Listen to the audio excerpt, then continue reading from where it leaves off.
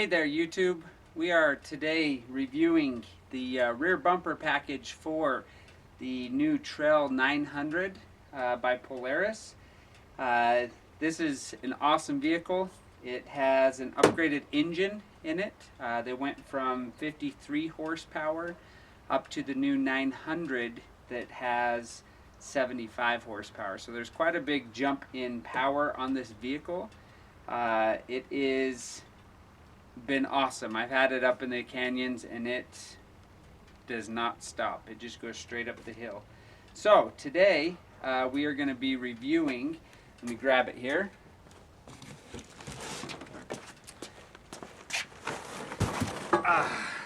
The rear bumper package.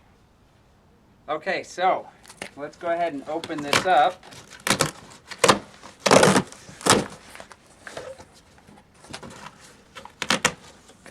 So this is the rear bumper for the Polaris machine. It's new for this year.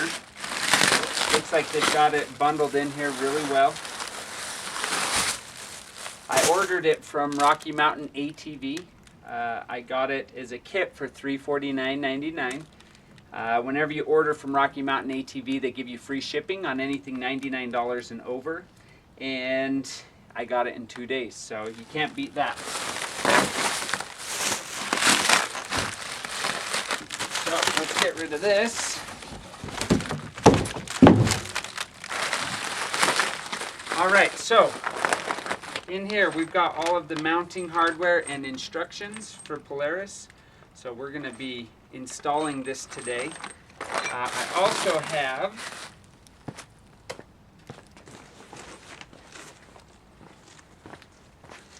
the extension package for that is included in the kit. So let's go ahead and unbox these as well.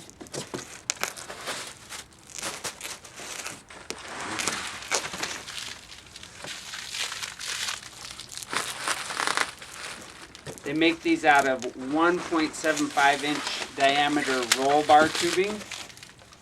And got mounting hardware for this as well. So let's go ahead and get it all opened up and we'll go ahead and get it installed. Okay, here we have the rear of the new Trail 900. Polaris has done a great job of integrating everything into their system to be able to just plug in all of their accessories. I have the Poly Sport top roof, which I may go over on another video, so please check out our YouTube channel for more videos on that. A couple of things I'd like to point out is from last year's model, they've done a couple of different things. Before, you used to have the air filter underneath the side here, and it would get really dusty. This year what they've done is they've actually moved that to the back here, so you can remove the air filter from right here, clean it out, get the dust out. So it's a lot simpler process to be able to do that. Okay, so here we have the full system unboxed, uncoated. We've got all the instructions here. It looks like Polaris has given us everything we need to go ahead and mount this up to the bumper. To start, Polaris has these little brackets that we need to pull off. So we're going to go ahead and snap these off. So what these are is these are allowing the frame to mount inside here. So in here, in the kit, it has these bumper mount brackets. And these are actually going to go underneath. I don't know if you can see it, but underneath here, we're going to mount them inside here and be able to slide this in. So we'll go ahead and do that. Okay, so here we are getting ready to install the bumper mount.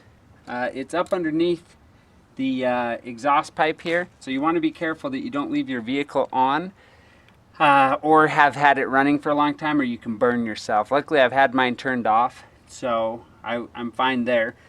This is what the mounting bracket looks like. You're going to need their two included bolts for each side. There's already factory mounting points in there for the vehicle. Polaris has done a really good job of integrating everything so it's just plug and play. You're going to need an extension on, I've got a 3/8 inch ratchet. They use metric on these vehicles, so you're going to need a 13 millimeter socket. And with that extension, we should be able to reach in there and get this attached.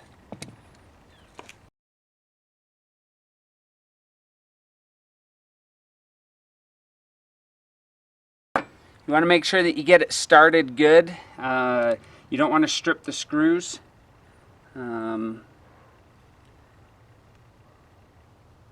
And go ahead and get them started before you tighten them down. Polaris calls for 17 foot-pounds of torque on these. So you want to make sure that you get them going in good, and then you'll go ahead and snug them down tight.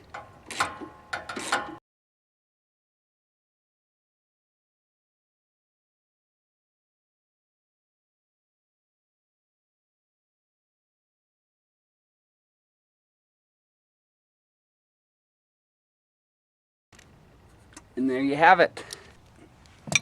As you can see on this side, it's a little bit easier to get to. That's what we're looking for right there.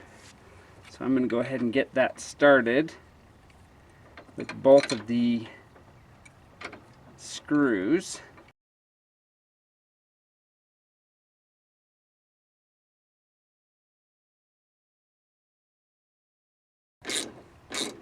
It almost feels like these are self-tapping screws, so you can feel a little bit of variation in how much pressure you apply to it. Once it's kind of made its own path, it will go a little quicker, but you want to tighten it down to 17 foot-pounds. You don't want to overextend that because you'll strip out the screws, but you want it nice and snug in there, and that's both of them.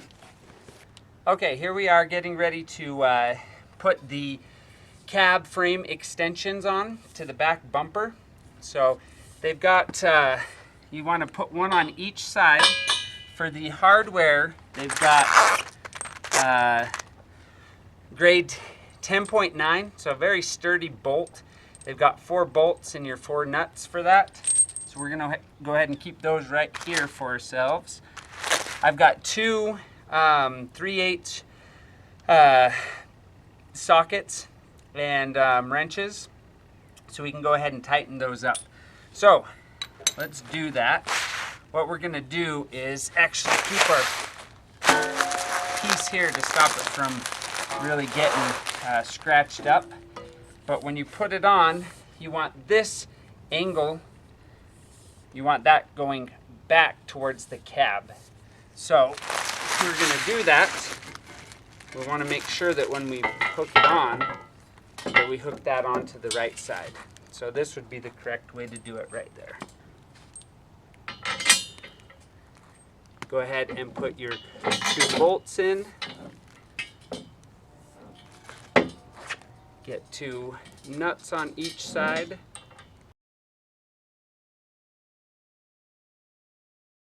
The nuts are nylocked, so they need to be tightened up so they'll actually bite in and hold themselves into place.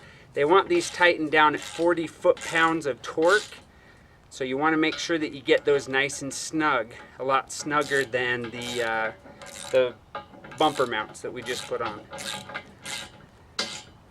So once we snug those down, we want to go ahead and put a pretty good bite into these. And that's about 40 foot-pounds there. Let's go ahead and do the other side.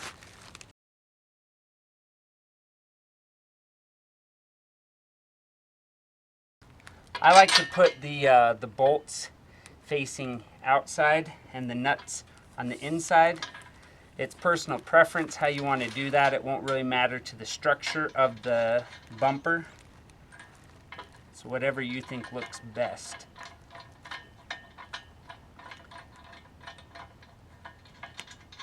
Snug those down to the ends of those nylocks.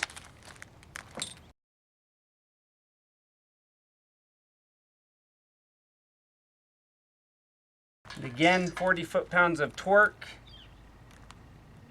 It's pretty pretty tight bite on those bolts, so you want to make sure you get those nice and snug.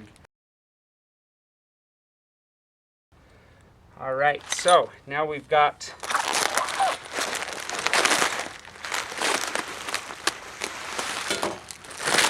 our bumper piece ready to go on. Okay, so we're going to go ahead and fit the bumper onto the vehicle. So we should have all of our mounting points up. So we're going to go ahead and do that.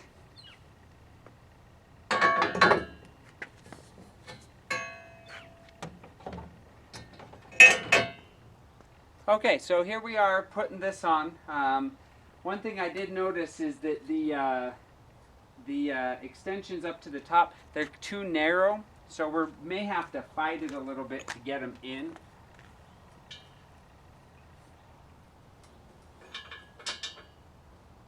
So this one requires a little bit bigger socket.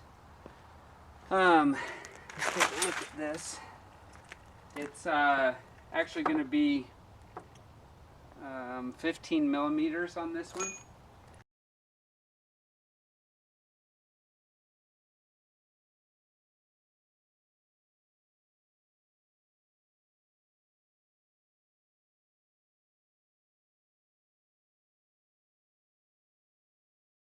So one thing I am noticing with this is it'd be a lot easier to have an assistant to be helping you with this to make sure that you can line everything up correctly. But it's something that you can do yourself. The other thing that I'm noticing is it's got to be pushed all the way in. It lines up real well, but you got to just keep it straight and push it in order to get it up.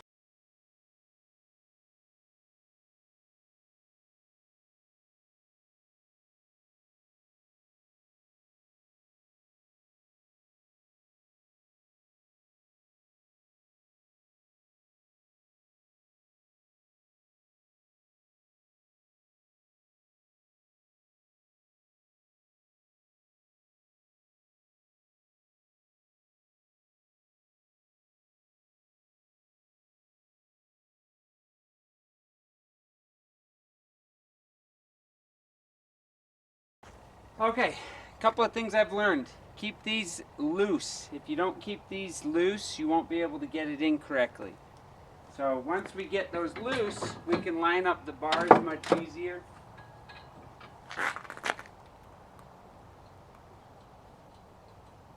We can get the screws in the right place.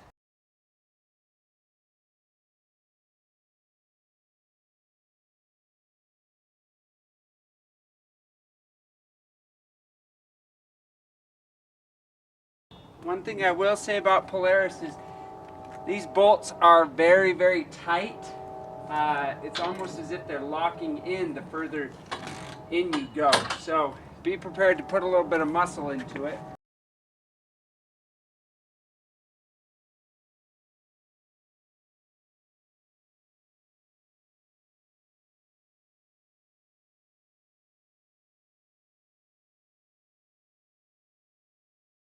Again, 40 foot-pounds of torque on these.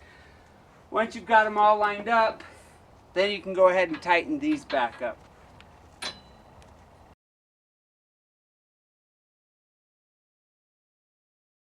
Okay, we're just getting the rest of these bolts in. We've got one on each side that goes into those rear bumper mounts that we added earlier. So I'm going to go ahead and add those in.